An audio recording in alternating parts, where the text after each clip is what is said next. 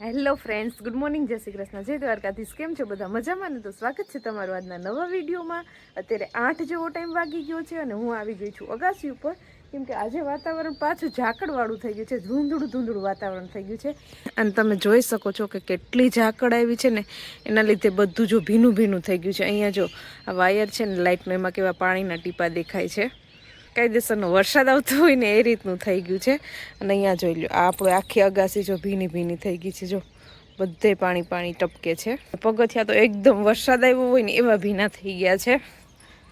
જોઈ લ્યો કેવા છે ભીના, જાણે વરસાદનો રેડો આવીને વયો ગયો હોય ને એવા પગથિયા ભીના થઈ ગયા છે. એટલો ઝાકળ આવેલો છે આજે, પતરા ને બધું ભીનું થઈ ગયું છે. અને નજીકમાં બધા મકાન દેખાય છે, પણ એની પાછળનું જે દૂર થોડા મકાનો ની તો દેખાતા પણ નથી.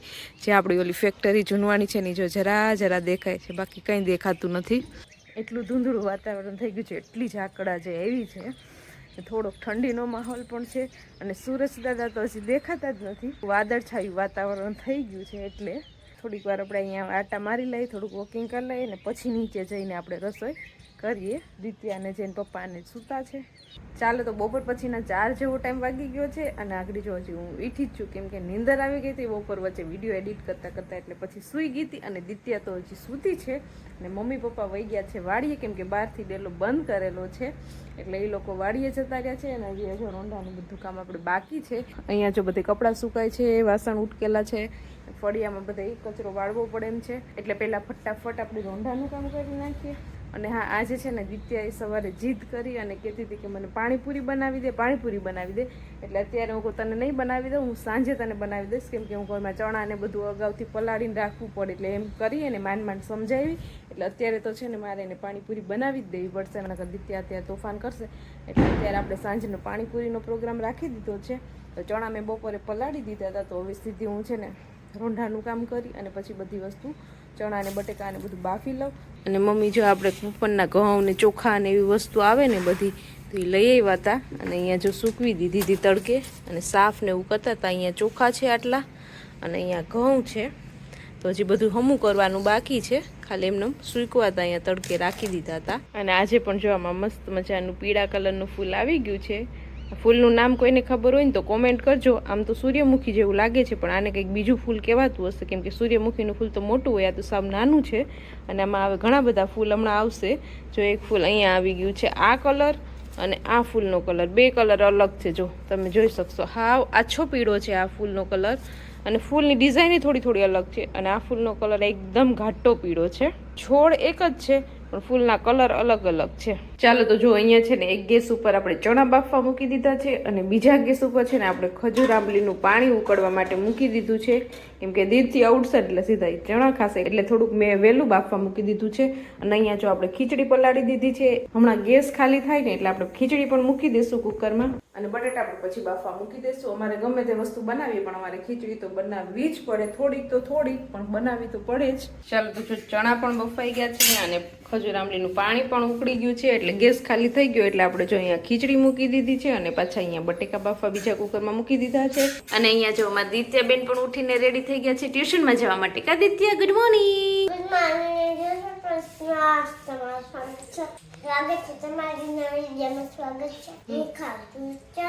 હા, તો દિત્યાબેન ચણા બાફેલા ખાય છે, એને ચણા બહુ ભાવે છે. ખાઈ લે, નાસ્તો કરી લે, પછી જવાનું છે ટ્યુશનમાં. ચાલો, તો મમ્મી છે ને અહીંયા ઘઉં ને ચોખા ને બધું સાફ કરવા બેસી ગયા છે ને પવન હારો છે ને તે અહીંયા જો આ વાડીએથી રાઈ પણ આવી ગઈ છે. એટલે હવે આપણે છે ને આખું વરસ રાઈ નહીં લેવી પડે. કેટલી મસ્ત ચોખ્ખી છે એકદમ રાઈ, જો એમાં કાંઈ પણ નથી. રાઈ વઘારીને ખાધા કરી. હા, શાક સંભાર અમાર રાઈ નાખીને ખાધા કરી. હજી તો પેલો ઘાણો આવ્યો બાજરામાં. હજી તો આ પેલો ઘાણો જ છે રાઈ નો, હજી તો થાહે કા. આ તો આ પડી વી ગઈ. રાઈ તો રોકી છે. આ એમને ઉઈ ગઈ હતી ને ગયા વર્ષની, એમને ખરી ગયા હોય દાણા થી ઉઈગા હોય કા. હજી તો ઘણી રાઈ થાય, તો તમારે કોઈ લેવું હોય તો કેજો. ચાલો, તો અહીંયા બાજુની શેરીમાં છે ને ફોદીનો છે ને, તો ફોદીનો લેવા આવી ગઈ. અહીંયા જોઈ લો કેટલો મસ્ત ફોદીનો છે, કેમ કે અહીંયા રોજ એને પાણી મળતું હોય ને એટલે એકદમ ફૂટા જ કરે. તો આપણે ફટાફટ છે ને જબલું લઈ આવ્યા છીએ. આપણે જેટલો ફોદીનો જોઈએ ને એટલો તોડી અને લઈ જઈએ ઘેર. ચાલો, તો ફોદીનો તોડી લીધો છે. અને અહીંયા જો હવે છે ને અહીંયા મસ્ત મજાના ધાણાનું પણ વાવેતર કરેલું છે શેરીમાં. મેથી, ધાણા ને રીંગણા ને ડુંગળી, લીમડો ને આ રીંગણીમાં જો કેટલા મસ્ત મસ્ત રીંગણા પણ છે. તો આપણે અહીંયા છે ને ધાણાનો પણ જુગાડ કરી લીધો છે. ધાણા છે થોડાક વાડીએથી લઈ આવ્યા હતા, પણ અત્યારે ઇમરજન્સીમાં જરૂર પડી એટલે અહીંયા બાજુના ઘેર વાવેલા છે, તો આપણે ત્યાંથી છે ને મેળ કરી લીધો ધાણાનો અને ફોદીનાનો. ચાલો તો હવે આપણે ઘરે જઈને ફટાફટ પાણી બનાવી નાખીએ. તો અત્યારે પાણીપુરી બનાવવાનું કામ ચાલુ છે. પાણીપુરી બનતા હજુ વાર લાગશે અને વાગ્યા હજુ 6 જ. આપણે થોડી ભૂખ લાગી છે, તો આપણે એટલે હું અત્યારે થોડું ઘણું કંઈક ખાઈ લઉં, બરોબર? તો બટેટા બાફતા અત્યારે વાર લાગશે. બફાઈ ગયા છે બટેટા, બાફવાનું કામ બધું પૂરું થઈ ગયું છે. હવે ખાલી મારે છે ને બધા અલગ અલગ ટાઈપના પાણી બનાવવાના છે અને પૂરી તળવાની છે, બરોબર? એટલે ઈ થોડીક વાર લાગશે, બાકી તો બધું કમ્પ્લીટ થઈ જ ગયું છે. અહીંયા આવ્યો ને ત્યાં રતારું શેકેલ પડ્યા છે. આ તો જો આ એક ખાઈ લઈએ તો પાણીપુરી 2 દી સુધી ન ખાવી પડે. 250 ગ્રામનું હોય છે. આ એક ખાઈ લઈએ ને આપણે એટલે 2 દી સુધી પાણીપુરી 2 દી સુધી કઈ ખાવું જ ન પડે, એવું છે અત્યારે એવી. અને રતારું છે ને પપ્પા વાડીએથી શેકીને તૈયાર લઈ આવ્યા છે. આપણે અહીંયા કઈ માથાકૂટ જ નહીં, પપ્પા કઈ ઘેરે લઈ જાવ એટલે સીધા બધાને ખાવા જ મળી જાય એમ, એટલે વાડીએ જ શેકી લીધા. ને પાણીપુરી તો થોડીક વાર લાગશે, અડધી પોણી કલાકની. ત્યાં સુધીમાં તમે રતારુનો નાસ્તો કરી એક કામ કરીએ, આજ છે ને આપણે અલગ વસ્તુ ટ્રાય કરીએ. પાણીપુરીમાં છે ને બટેટાને બદલે રતારું સક્કરિયા નાખીએ. સક્કરિયા ફ્લેવર નહીં, એટલે ગળ્યું પાણી ભાવતું હોય ને એના માટે ચાલશે, કેમ કે રતારું ગળ્યા હોય ને. આ મીઠું ફ્લેવર આ ટ્રાય કરાય, એમાં કઈ ખોટું નહીં. આ તો સારું થોડું અલગ લાગે કા. સક્કરિયા પૂરી, સક્કરિયા પૂરી કરો, ટ્રાય કરશું આપણે. ચાલો તો આપણે પાણી બનાવવાની તૈયારી સ્ટાર્ટ કરી દીધી છે. એમાં જો આપણે છે ને એમાં ફોદીનો અને ધાણા સરસ ધોઈને મિક્સ કર્યા છે. પછી મરચાં આપણે આમાંથી જેટલા જોશે એટલા એમાં નાખશું. પછી આદુના કટકા લઈ લીધા છે. તીખાસ માટે મેં છે ને લાલ મરચું થોડુંક લીધું છે, કેમ કે આ મોરા મરચાં છે એટલે. અને થોડુંક લસણ લઈ લીધું છે. એટલે હવે આ બધી વસ્તુ છે ને આપણે આમાં મિક્સરમાં ક્રશ કરી લેવાની છે, પછી પાણીમાં એડ કરી દેવાની છે, અને પછી એમાં જુદા પૂરતા જે મસાલા નાખવાના છે હું તમને આગળ વિડીયોમાં બતાવીશ. ચાલો તો જો અહીંયા છે ને આપણે ખજૂર આંબલીની ચટણી ઉકળવા મૂકી દીધી છે, એટલે આંબલીનું પાણી કોઈને ખાવું હોય ને તો મજા આવે ખાટું મીઠું ખાવાની. અને અહીંયા જો આપણે 2 ટાઈપના પાણી બનાવવાના છે, એક તીખું પાણી બનાવવાનું છે અને એક ગળ્યું પાણી બનાવવાનું છે. અને આપણે જો અહીંયા મસ્ત મજાનું બધું ક્રશ કરી લીધું છે, ફોદીનો, ધાણા, લસણ ને આદુ ને મરચું ને બધું. અને પછી આમાં બધા મસાલા નાખી અને આ પાણીપુરીનો તૈયાર મસાલો આવે એ આમાં એડ કરવાનો છે, નમક એડ કરવાનું છે, પછી કાળું મીઠું એડ કરવાનું છે અને લીંબુ નાખવાનું છે. એ રીતનું બધું પાણી આપણે કમ્પ્લીટ કરી લઈએ, પછી હું તમને બતાવું. ચાલો તો આપણે પાણી બનાવવાની શરૂઆત કરી દઈએ. ઘણા લોકોને આગળ આપણે જ્યારે પાણીપુરીનો વિડીયો બનાવ્યો હતો ત્યારે બધાની કોમેન્ટ આવતી હતી કે જલ્પાબેન તમે પાણી કઈ રીતે બનાવો છો, અમને ફૂલ રેસીપી આપજો. તો ત્યારે મને યાદ આવી ગયું, તો હું બનાવતી હતી, તો ચાલો હું તમને બધાને કહી દઉં. પાણીપુરીમાં જે એડ કરવાનું છે બધા મસાલા મેં અહીંયા લઈ લીધા છે. તો સૌથી પહેલા તો જો આપણે આ પાણીપુરીનો જે તૈયાર મસાલો આવે ને એ આપણે આમાં એડ કરી દઈએ. મારે 2 ટાઈપના પાણી બનાવવાના છે, ગળ્યું પાણી બનાવવાનું છે અને એક તીખું ને એવું ખટમીઠું પાણી બનાવવાનું છે. એટલે બધું એકાયરે બનાવવાનું છે, એટલે બેમાં મસાલા તો એડ કરવા જ પડે. તો પહેલા તો એ મસાલા નાખી દઈએ, પછી જે સંચળ પાવડર આવે છે એ નાખી દઈએ આપણે, પછી નમક એડ કરી દઈએ સ્વાદ પ્રમાણે, પછી લીંબુ. જે આપણે આ બધું ફોદીનો, ધાણા, મરચું ને બધું આપણે ક્રશ કર્યું હતું ને એ એમાં એડ કરી દઈએ, એટલે આપણું પાણી બની જશે તૈયાર. અને પછી આને ગાળી લેવાનું, એટલે આપણે કંઈ આડું ન આવે, પલ્પ જે આપણે કર્યો હોય ને અને હલાવીને મિક્સ કરી દેવાનું. જો ગ્રીન કલર મસ્તીનો આવી ગયો છે આની અંદર. બધાને આવડતું જ હોય પાણીપુરી પાણી બનાવતા, તો ઈઝી છે, પણ આ તો કોમેન્ટ આવતી એટલે હું શેર કરી દઉં એમ. મમ્મીને જો આ પાણી થોડુંક નથી ભાવતું એટલે એ છે ને ચા નાખશે ભેગો પાણીપુરીમાં. ચા પૂરી ટાઈમ થઈ ગયો ને એટલે એને ચા મૂકી દીધી. ચા પૂરી ખાવાય ને, ચા પૂરી હારી. દિત્યાબેન પણ ટ્યુશનમાંથી આવી ગયા છે ને એની ફરમાઈશ હતી પાણીપુરીની, પણ હજી બની નથી. હવે થોડીક વાર લાગશે બે. જો બસ જો પાણી રેડી થઈ જાય એટલે આગળ તને બનાવી દો મારા દીકરાને. ચાલો તો જો અહીંયા છે ને મસ્ત મજાના બધા પાણી રેડી થઈ ગયા છે. એક ગળ્યું પાણી બનાવ્યું છે, એક ખાટું ખારું તીખું ને એવું પાણી બનાવ્યું છે, અને અહીંયા આંબલીનું પાણી બનાવ્યું છે. એટલે પાણી બધા રેડી થઈ ગયા છે, એટલે હવે આને આપણે ફ્રીજમાં મૂકી દઈએ. અને હવે છે ને મસાલો બનાવવાની તૈયારી ચાલુ કરી દઈએ. અને દિત્યાબેન જો હોમવર્ક કરવા બેસી ગયા છે, એને ઉતાવળ છે જલ્દી પાણીપુરી ખાવાની, એટલે પેલા હું મસાલો બનાવીને પછી એના પૂરતી થોડીક એને પૂરી તળી દઉં. ચાલો તો જો અહીંયા આપણે છે ને મસ્ત મજાનો મસાલો પણ બનાવી અને રેડી કરી દીધો છે. અને હવે આપણે ખાલી પૂરી લઈ લીધી છે, એ તળવાની બાકી છે ને. આપણું રસોડું પણ જો આપણે સરસ મજાનું ક્લીન કરી નાખ્યું છે, એટલે હવે ખાલી પૂરી તળવાની છે અને ડુંગળી સુધારવાની છે.